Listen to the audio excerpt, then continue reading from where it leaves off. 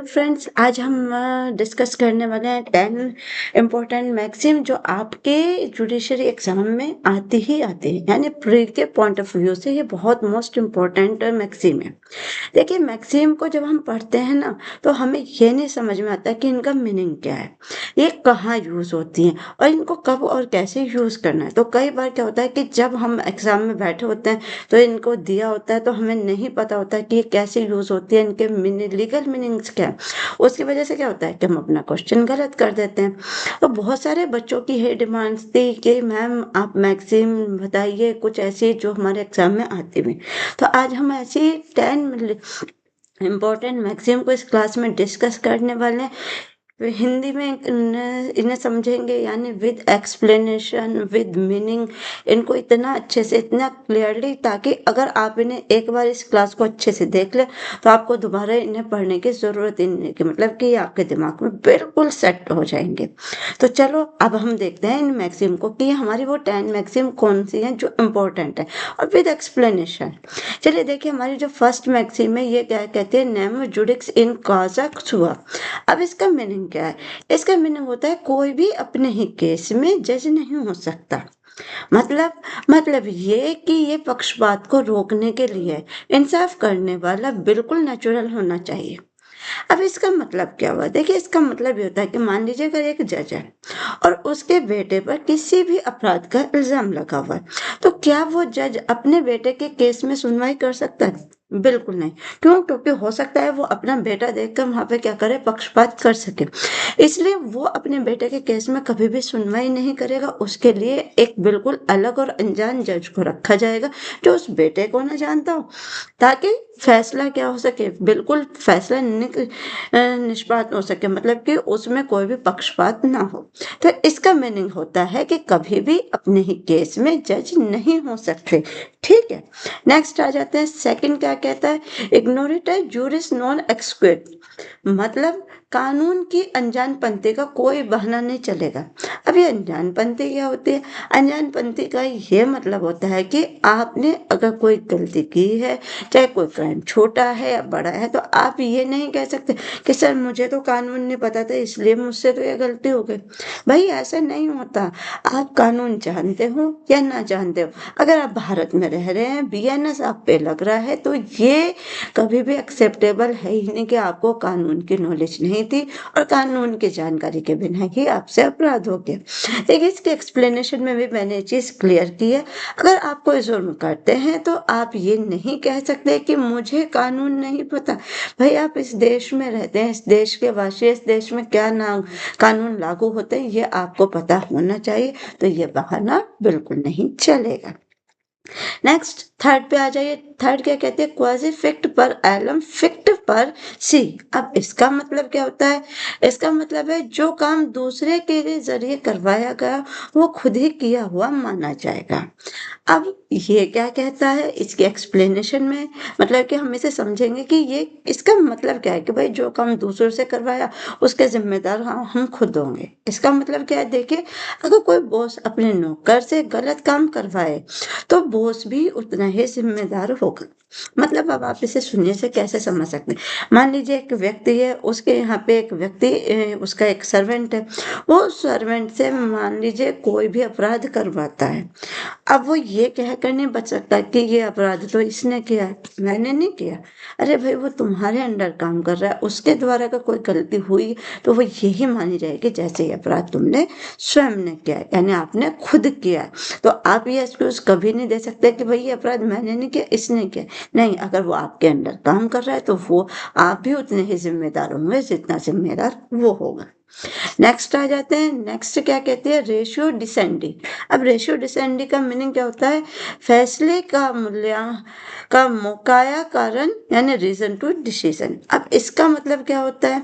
इसका मतलब होता है जजमेंट का वो हिस्सा जो आगे चल करके एक नया कानून बनाता है। मतलब कि ये क्या कहता है आपसे, ये कहता है, इसका एक सिंपल सा मतलब है, जज अगर देखे कोई जज है, वो कोई बड़ा फैसला देता है, तो उस इतने बड़े फैसले में एक वर्ड ऐसा होगा जो मोस्ट इम्पोर्टेंट होगा। आपने लैंडमार्क केस सुने हैं ना, वो लैंडमार्क केस क्यों बनते हैं, वो उसका लैंडमार्क बनने का ये रीजन है कि उन्हें आगे भी फॉलो किया जाता है। यानी अगर उनसे रिलेटेड कोई केस आता है तो वकील क्या करते हैं, वकील यही कहते हैं जैसे कि सर इससे पहले भी ये फैसला आया है, यानी ये जजमेंट हुआ है, तो यानी ये क्या बनेगा, ये आगे चलकर क्या बनता है, आधार बनता है। यानी जजमेंट का वो हिस्सा जो आगे चलकर एक नया कानून बनाता है। यानी उसमें जो वो लैंड एक वर्ड जो जिसके ऊपर वो पूरा जजमेंट टिका है, वो क्या होता है, मोस्ट इम्पोर्टेंट होता है, क्योंकि उसका आगे भी क्या होता है, यूज किया जाता है। हो सकता है उससे नए आगे कानून भी बनाए। नेक्स्ट आते हैं, नेक्स्ट क्या कहता है, ऑबिटर डिक्टा। अब ये ऑबिटर डिक्टा का क्या मीनिंग होता है, ऑबिटर डिक्टा का मतलब होता है जज द्वारा कही गई एक्स्ट्रा बातें। अब ये जज द्वारा कही भी एक्स्ट्रा बातें क्या होती है, देखिए इसकी एक्सप्लेनेशन से पढ़िए। जजमेंट में वो बातें जो केस में टॉपिक से हटकर होती हैं या बिडिंग नहीं होती, बाइंडिंग नहीं होती। मतलब अब इसमें क्या है कि जब जज क्या देते हैं, कोई जजमेंट दे रहे होते हैं, तो कई बार वो इधर उधर की देश से रिलेटेड या किसी से रिलेटेड कोई सी भी टॉपिक पे बात करना शुरू कर देते हैं। अब वो बातें उस टाइम सुनने में तो अच्छी होती हैं, पर क्या उनका केस से रिलेशन होता है, उनका केस से कोई रिलेशन नहीं होता, यानी कोई लेना देना नहीं होता। यानी इधर उधर की बातें जो उस केस में या उस जजमेंट में अपनी कोई वैल्यू नहीं रखते। नेक्स्ट आते हैं, नेक्स्ट क्या कहता है, नेक्स्ट कहता है de minimis non curat lex. अब इसका मीनिंग क्या होता है, इसका मीनिंग होता है कानून छोटी मोटी बातों पर ध्यान नहीं देता। मतलब अब ये क्या कहना चाहता है, ये कहना चाहता है अगर किसी ने आपकी एक माचिस की तीली चुरा ली, मतलब कि आप एग्जाम्पल से समझिए, अगर कोई व्यक्ति है उसने आपकी माचिस की तीली चुरा ली, पेंसिल चुरा ली, आप भीड़ में जा रहे हैं, भीड़ में जाने वक्त आपको किसी से कोई धक्का लग गया, अब आप उस पे लेके केस तो नहीं करेंगे, और आपने केस कर भी दे तो क्या कानून उसको अटेंशन करेगा, बिल्कुल नहीं करेगा। क्योंकि देखिए छोटे मोटे बातों पे या छोटे मोटे केस से, इस तरह के छोटे मोटे केस से जिनकी वैल्यू देखिए हुए, मान लीजिए अगर कोई एक पेंसिल की चोरी हुई है, वो इतना बड़ा केस तो नहीं है कि उसे आप कोर्ट में ले जाए, इससे क्या होता है, कोर्ट का टाइम खराब होता है। तो इसीलिए कहते हैं कि कानून छोटी मोटी बातों पर ध्यान नहीं देता, क्योंकि आप अगर इस तरह के मैटर भी लेके जाना शुरू करेंगे तो जो बड़े मैटर है वो तो पहले से पेंडिंग है, इससे क्या होगा, कोर्ट पर प्रेशर भी बढ़ जाएगा, उसमें और केस क्या होंगे, लटकते चले जाएंगे। इसीलिए कहते हैं de minimis non curat lex, यानी कानून छोटी मोटी बातों पर ध्यान नहीं देता। नेक्स्ट आ जाते हैं, नेक्स्ट क्या कहता है, सोलस पॉपुली इज द सुप्रीमा लेक्स। अब इसका क्या मतलब है, इसका मतलब है जन कल्याण ही सबसे बड़ा कानून है, मतलब कि पब्लिक वेलफेयर। अब आप एक बात सुनिए, आपने हमेशा देखा होगा, चलिए कि अगर कहीं पे कोई आग लग गई है, भीड़ हो रखी है, ट्रैफिक बहुत ज्यादा, फायर ब्रिगेड की गाड़ी जा रही है, तो आपने देखा होगा या तो फायर ब्रिगेड की गाड़ी हो या एम्बुलेंस हो, उनके लिए स्पेशल काम ना है कि आपको रास्ता देना ही पड़ेगा। अगर उन्हें अपना रास्ता, अगर कहीं भीड़ हो रखी है और उन्हें अपना रास्ता बदल कर, अगर कोई जैसे कोई रोड रॉन्ग साइड क्रॉस करनी पड़ जाए या कोई चीज तोड़कर उन्हें अपना रास्ता बना के आगे निकलना पड़ जाए, क्योंकि वो छोटी सी चीज तोड़ने से अगर पूरे शहर को बचाना ज्यादा जरूरी है। क्योंकि देखिए इसका उद्देश्य यही है कि जल कल्याण ही सबसे बड़ा कानून है, क्योंकि दो छोटी सी चीज के चक्कर में आप पूरे शहर को तो नहीं जलने दे सकते। या किसी कोई व्यक्ति जो मरने की हालत में, उसका हॉस्पिटल पहुंचना बहुत जरूरी है, तो आप उसकी जान तो नहीं ले सकते। अगर आपने अपना रास्ता चेंज कर दिया, आप रॉन्ग साइड भी चले गए, तो उससे क्या होगा, आप क्या कर रहे हैं, ये पब्लिक वेलफेयर के लिए कर रहे हैं। इसीलिए कहते हैं सॉलिस पब्लिक इज सुप्रीमा लेक्स, यानी जन कल्याण ही सबसे बड़ा कानून है। नेक्स्ट आ जाते हैं, नेक्स्ट क्या कहता है, एक्स न्यूडो पॉक्टो नॉन क्विटर एट्टिको। अब ये क्या कहना चाहता है, देखिए भाई ये कहता है बिना पक्षपात यानी बिना कंसिडरेशन के कॉन्ट्रैक्ट पर एक्शन नहीं लिया जा सकता। यानी अब इसमें क्या कहता है, इन्होंने क्या कहा, बिना प्रतिफल यानी विदाउट कंसिडरेशन के कॉन्ट्रैक्ट पर एक्शन नहीं लिया जा सकता। मतलब कि देखिए अगर दो व्यक्ति हैं, अगर उन दोनों ने मिलकर कोई कॉन्ट्रैक्ट किया और कॉन्ट्रैक्ट वैलिड होगा तभी उस पर कोई एक्शन लिया जाता। मतलब अगर डील में दोनों तरफा से कुछ मिल रहा है तो वो कॉन्ट्रैक्ट कानून में वैलिड है, वैलिड नहीं है। नहीं, कुछ नहीं मिल रहा है, सॉरी, अगर इस चीज़ का कहना है, अगर डील में दोनों तरफ से कुछ नहीं मिल रहा है, यानी इसका मेन वर्ड क्या है, ये नहीं, यानी इन्होंने क्या कहा है, नहीं मिल रहा है, तो वो कॉन्ट्रैक्ट कैसा होगा, कॉन्ट्रैक्ट वैलिड नहीं होगा। क्यों नहीं होगा? क्योंकि इसके अभी पीछे एक कारण है। क्या कारण है वो हम अभी समझ लेते हैं। देखिए, मान लीजिए दो व्यक्ति हैं, ए और बी, उन्होंने मिलकर एक कॉन्ट्रैक्ट किया। बी कहता है कि भाई मैं तुझे कल 10,000 रुपये दे दूंगा। ए कहता है ठीक है। अब ना तो ए ने कुछ दिया, ना बी अगले दिन उसको 10,000 रुपये देता, तो क्या इस चक्कर से वो जो ए है वो बी पर कोई केस कर सकता है? बिल्कुल नहीं कर सकता, क्योंकि बी ने सिर्फ कहा है और ए ने भी उसे कोई सामान नहीं दिया उन 10,000 के बदले। अगर बी 10,000 रुपये उसे कैसे दे रहा है, यानी तुम मुझे ये सामान दे, मैं तुझे पैसे दे दूंगा। अब ना तो ए ने सामान दिया, ना बी ने पैसे दिए, तो ए जाके क्या बी पर कोई केस कर सकता है कि सर इसने मुझे पैसे नहीं दिए? अरे भाई, तूने भी तो उसे कोई सामान नहीं दिया।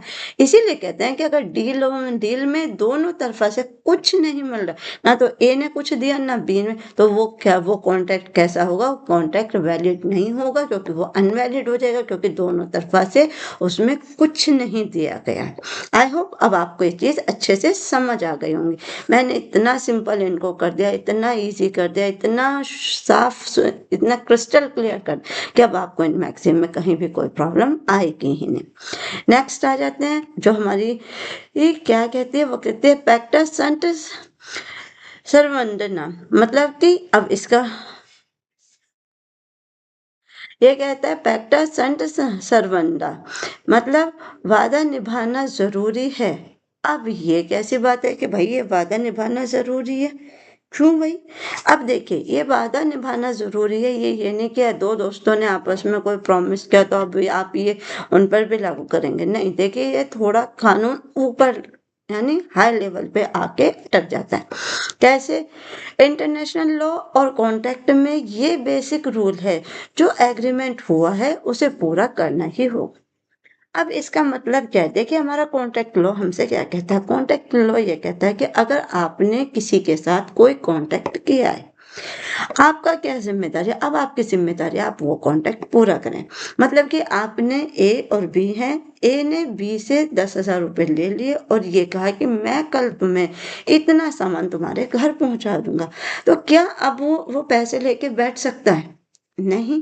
अब उसकी जिम्मेदारी है कि अब उसने क्या करना चाहिए, अब उसे जितना उसने पैसा लिया उसके बदले का सामान उसे बी को देना ही होगा, क्योंकि ये क्या है, ये एक वैलिड कॉन्ट्रैक्ट है। अभी हमने जो ऊपर पढ़ा था कि वादा निभाना जरूरी, वो कब है? जब दोनों तरफ से कोई फायदा नहीं हो रहा था, मतलब कि ना तो ए ने कुछ दिया था ना बी ने दिया था, सिर्फ उनकी बातें हुई थी। तो बातों के आधार पर तो ये नहीं था ना कि हाँ जी अब ये कॉन्ट्रैक्ट हुआ तो आप इसे निभाओगे।